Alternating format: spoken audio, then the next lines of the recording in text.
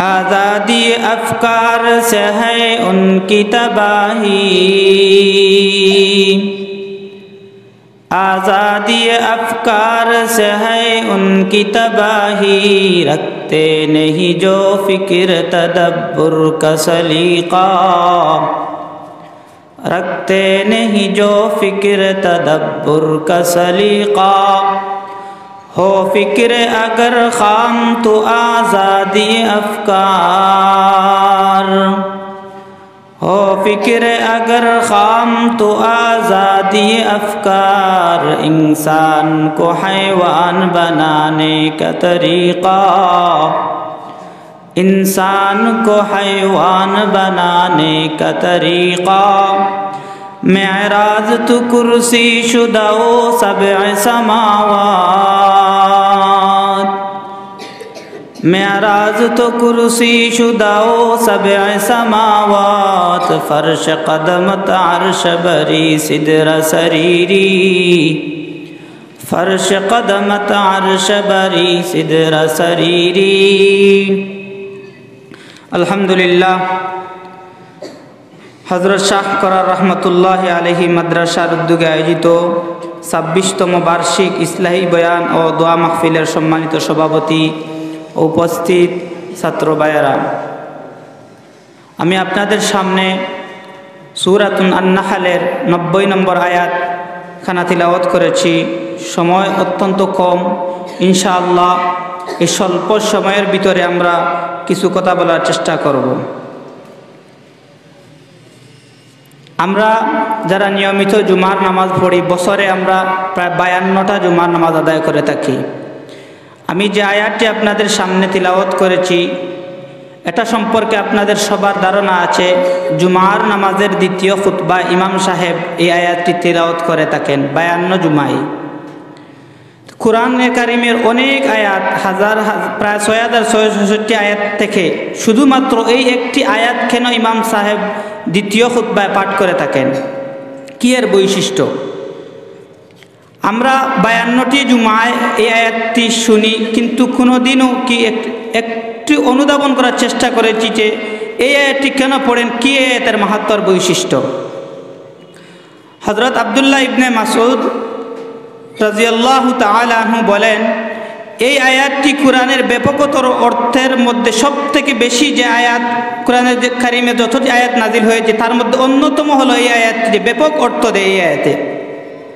হযরত উসমান ইবনে মাযউন রাদিয়াল্লাহু তাআলা আনহু বলেন যে আমি প্রথমে লোক মুখে শুনে ইসলামের কথা, আমি ইসলাম গ্রহণ করেছি, কিন্তু একদিন নবীজি করিম সাল্লাল্লাহু আলাইহি সাল্লামের কাছে গেলাম এবং নবী করিম সাল্লাল্লাহু আলাইহি সাল্লামের উপর এই আয়াতটি যখন অবতীর্ণ হলো তখন আমার অন্তরে ইসলাম বদ্ধমূল হয়ে গেল। এই আয়াতে আল্লাহ পাক রব্বুল আলামিন 3টি আদেশ এবং 3টি নিষেধ করেছেন। আমরা বিভিন্ন সময় বিভিন্ন মানুষের ওয়াজ শুনে থাকি, আলিম উলামাদের ওয়াজ শুনে থাকি, কিন্তু এই একটি আয়াত যেটা সরাসরি আল্লাহ তাআলা নিজে ওয়াজ করতেছেন। আয়াতের শেষে আল্লাহ বলেন ইয়াইযুকুম লাআল্লাকুম তাযাক্কারুন।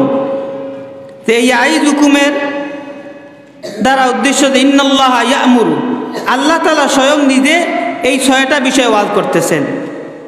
অত্যন্ত গুরুত্বপূর্ণ এই আয়াতটি। এই আয়াতের প্রথম 3টি আদেশ হলো ইন্নাল্লাহা ইয়া'মুরু বিল আদলি ওয়াল ইহসান ওয়া ইতাই যিল কুরবা। এই 3টি হলো আদেশ। প্রথম আদেশটি হলো আল আদল। আদলের লগাবি এবং ইসতিলাহি 2টি মানা রয়েছে। লগাবি অর্থ হলো আল আদল হুয়াল ইআতিদাল, অর্থাৎ কোনো কাজে মধ্যম পন্থা অবলম্বন করা। প্রতিটি কাজে 3টি অবস্থা হতে পারে, একটা হলো উগ্র পর্যায়ে, একটি হলো নিম্ন পর্যায়ে, একটি হলো মধ্য পর্যায়ে। নবী করিম সাল্লাল্লাহু আলাইহি সাল্লাম বলেছেন খায়রুল উমুরি আওসাতুহা, মধ্যম পন্থাটাই হলো উত্তম। সর্বক্ষেত্রে মধ্যম পন্থাটা অবলম্বন করা, এটা হলো আদলের একটা অর্থ। দ্বিতীয় যে অর্থ হলো আদলের, সেটা হলো ন্যায় বিচার।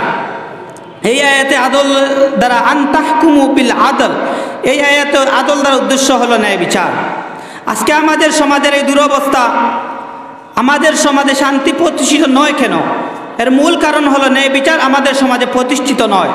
যেই সমাজের মধ্যে ন্যায় বিচার প্রতিষ্ঠিত হয়ে যাবে ওই সমাজটি শান্তির সমাজ প্রতিষ্ঠিত হয়ে যাবে। আর যেই পরিবারের মধ্যে আদল ন্যায় বিচার প্রতিষ্ঠিত হয়ে যাবে ওই পরিবারও শান্তির পরিবার হয়ে যাবে। পৃথিবীর যত জায়গায় যত সেক্টর আছে প্রতিটি সেক্টরের মধ্যে যদি ন্যায় বিচারটা কায়েম করা যায় তাহলে পৃথিবীতে শান্তি ফিরে আসবে। এই জন্য আল্লাহ তাআলার ওয়াজের মধ্যে প্রথম যেটা ওয়াজ হলো সেটা হলো ইন্নাল্লাহা ইয়া'মুরু বিল আদল, যে তোমরা ন্যায় বিচার প্রতিষ্ঠা করে থাকো। আমার সময় কম, আর না হলে আপনাদেরকে এই বিষয়ে বিস্তারিত বুঝাতে চেষ্টা করতাম যে আদল কিভাবে করা যায়। আমি আপনাদের সামনে ছোট্ট মতো একটি ঘটনা বলবো যে হযরত সুলতান মাহমুদ গজনবী রহমতুল্লাহি আলাইহি আদল কিভাবে হতে পারে।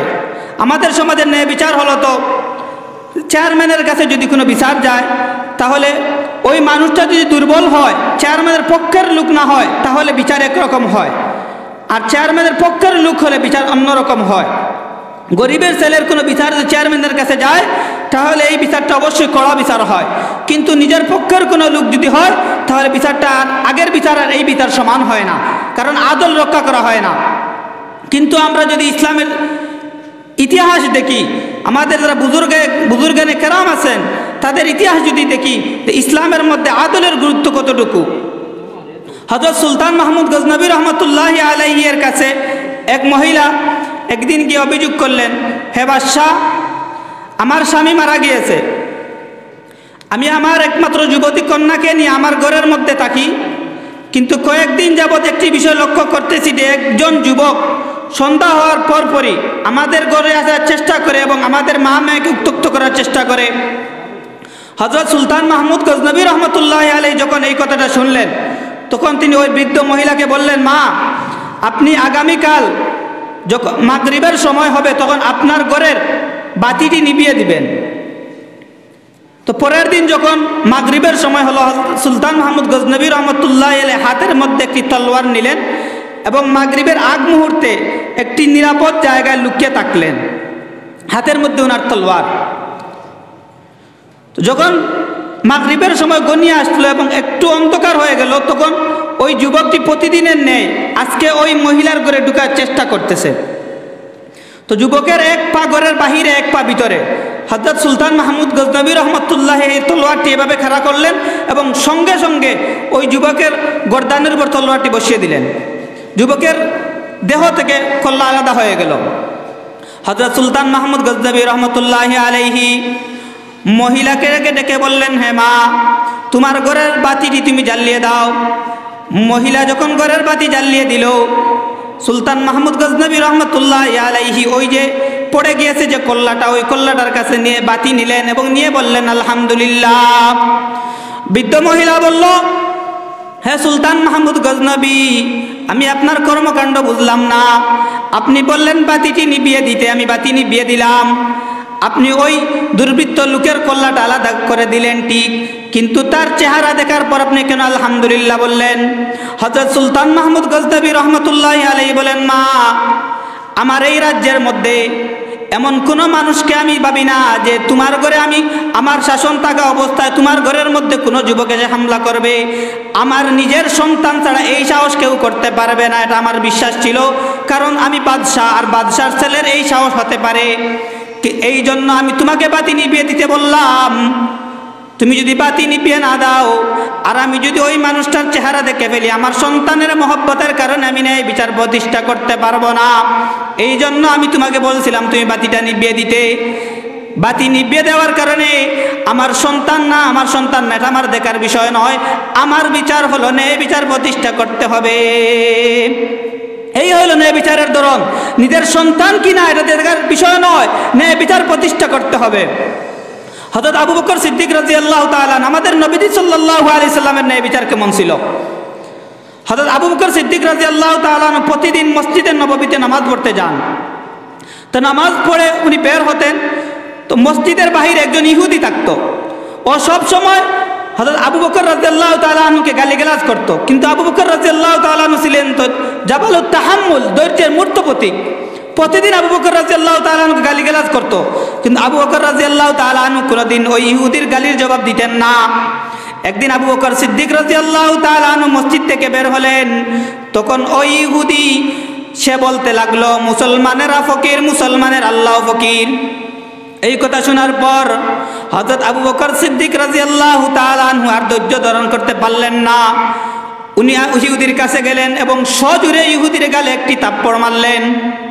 কারণ মুসলমানের অবস্থা তো এমন হওয়া চাই যে নিজেকে গালি দিবে, নিজের পিতামাতাকে গালি দিবে, এটা মুসলমান বরদাস্ত করে নিবে। কিন্তু মুসলমানের সামনে যখন ইসলাম এবং আল্লাহ এবং নবীজিকে নিয়ে গালি দিবে, তখন মুসলমান এটা বরদাস্ত করতে পারবে না। আয় কওমে মুসলমান খবরদার খবরদার, ये वक्त न गफलत होशियार होशियार, तू मर्द मुसलमान हो तो मर्द मुसलमान, तू मर्द मुसलमान हो तो मर्द मुसलमान, एक हाथ में तलवार एक हाथ में कुरान, दुनिया को है उस महदी बरहक की जरूरत, दुनिया को है उस महदी बरहक की जरूरत, हो जिसके निगाह जलजलाए आलम अफकार। मुसलमान तार पितार गाली बर्दाश्त करते पारे, তার মাতাকে যদি কেউ গালি দেয় সেটা বরদাস্ত করতে পারে, কিন্তু মুসলমানের সামনে যখন আল্লাহ এবং তার নবীজিকে কেউ গালি দেয় এটা মুসলমান বরদাস্ত করতে পারে না। চাই সে মুসলমান নামাজ না পড়তে পারে, কিন্তু তার ভিতরে তো ইসলাম আছে। তাওহীদ কি আমানত সিনাও মে হ্যায় হামারা, তাওহীদ কি আমানত सीनों में हमारा, आसान नहीं मिटाना नाम निशा हमारा। হযরত আবু বকর সিদ্দিক রাদিয়াল্লাহু তাআলা আনহু সঙ্গে সঙ্গে ওই ইহুদির গালে একটি থাপ্পড় বসিয়ে দিলেন। ইহুদির গালে থাপ্পড়ের দাগ বসে গেল। ইহুদি গালের মধ্যে হাত দিয়ে সে নবীজির দরবারে গেল। নবীজির দরবারে গিয়ে বলল, হে মুহাম্মদ সাল্লাল্লাহু আলাইহি সাল্লাম, তো সে বলে নাই, কিন্তু আমরা নবীজির নাম যখন শুনবো সাল্লাল্লাহু আলাইহি সাল্লাম বলে, এটা জরুরি। ইহুদি গিয়ে বলল, হে মুহাম্মদ, এই যে দেখো আমার গালের মধ্যে তোমার আবু বকরের থাপ্পড়ের দাগ, তোমার আবু বকর আমার গালের মধ্যে থাপ্পড় দিয়েছে। আল্লাহর নবী সাল্লাল্লাহু আলাইহি সাল্লাম বললেন, হে ইহুদি, তোমার হয়তো কোনো জায়গায় ভুল হইতেছে, থাপ্পড়টা আমার আবু বকর তো দেওয়ার কথা নয়, থাপ্পড় দিলে তো থাপ্পড়টা দিবে হযরতে উমর, কারণ আমার আবু বকর হলো তো জাবালুত তাহাম্মুল। ইহুদি বলে, না, আমি সত্য কথা বলতেছি, এই যে আমার গালের মধ্যে দাগ দেখতেছেন, এই থাপ্পড়টা হলো হযরত আবু বকরের। আল্লাহ নবী সাল্লাল্লাহু আলাইহি সাল্লাম সঙ্গে সঙ্গে সাহাবী দুজনকে পাঠিয়ে দিলেন, যাও আবু বকরকে নিয়ে আসো। হযরত আবু বকর সিদ্দিক রাদিয়াল্লাহু তাআলা আনহুকে যখন নিয়ে আসা হলো, নবীজি সাল্লাল্লাহু আলাইহি সাল্লামের বিচার কেমন ছিল একটি লক্ষ্য করে দেখুন। নবী করিম সাল্লাল্লাহু আলাইহি সাল্লামের জীবনের সর্বশ্রেষ্ঠ বন্ধু নবীজি সাল্লাল্লাহু আলাইহি সাল্লাম যাকে সবথেকে বেশি আপন মনে করতেন, নিজের সবথেকে কাছের বন্ধু হলো আবু বকর। ওই আবু বকরকে বললেন, হে আবু বকর, তুমি কি ইহুদির গালে থাপ্পড় দিয়েছো?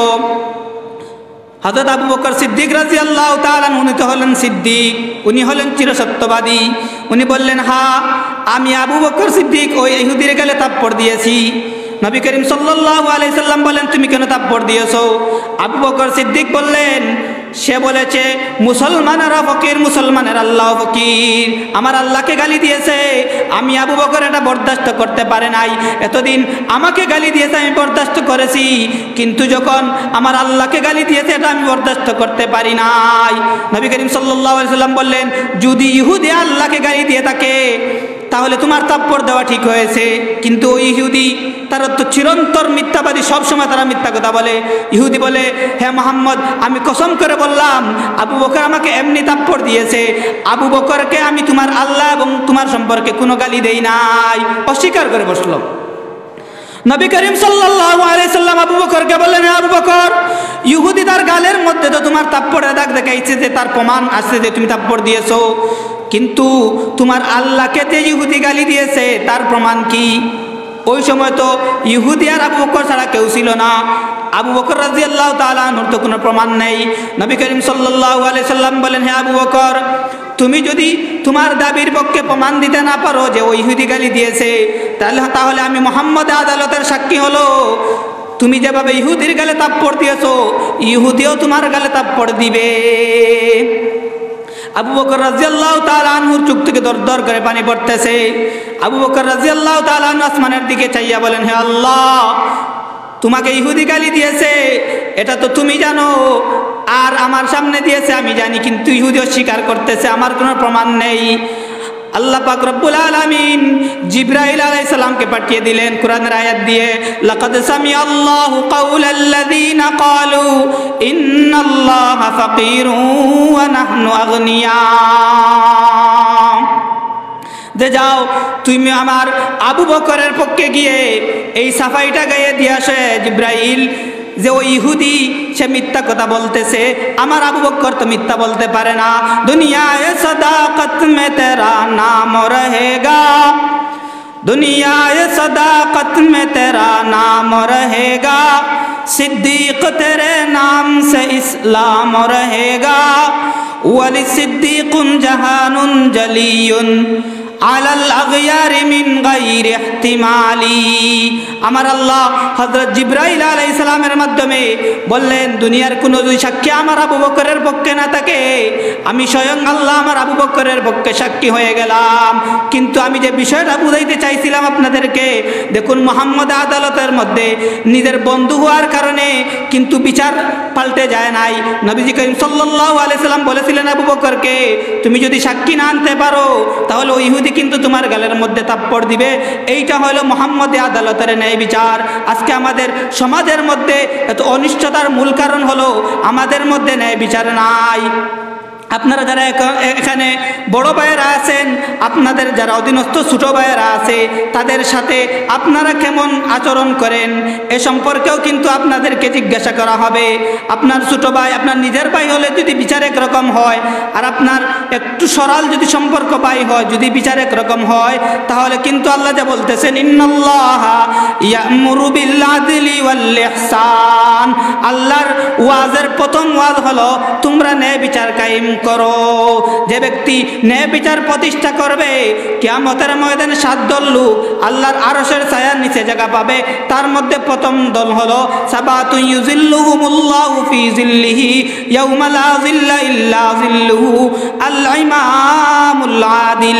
এই আল ইমামুল আদিলের ব্যাখ্যায় ন্যায় বিচার শাসক শুধু মুরাদ নয়। মুফাসসিরিনে কেরাম যারা এই আয়াতের ব্যাখ্যা করেছেন, তারা বলেছেন প্রত্যেক ব্যক্তি যে তার পরিবারের মধ্যে কর্তা, সে তার পরিবারের মধ্যে যদি ন্যায় বিচার প্রতিষ্ঠা করে, আপনারা উস্তাদ যদি ছাত্রের সাথে ন্যায় বিচার করে, তাহলে ওই 7 দল মানুষকে যে আল্লাহ তাআলা আরশের ছায়ার নিচে জায়গা দিবেন, ওই যে ব্যক্তি ন্যায় বিচার প্রতিষ্ঠা করবে সেও কিন্তু আরশের ছায়ার নিচে জায়গা পেয়ে যাবে।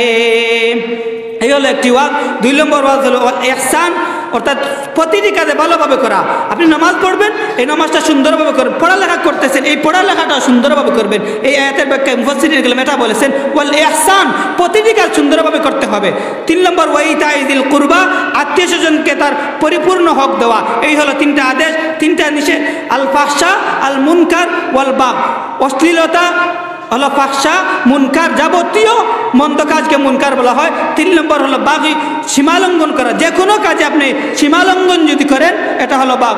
এই হলো 3টা আদেশ, 3টা নিষেধ। যদি আমরা এই আল্লাহ তাআলার এই নসিহতটা, আল্লাহ তাআলার ওয়াজটাতে জীবনে ফিট করতে পারি, তা আল্লাহ বলেন ইয়াইযুকুম লাআল্লাকুম তাযাক্কারুন, তাহলে আশা করা যায় তারা সংশোধন হয়ে যাবে।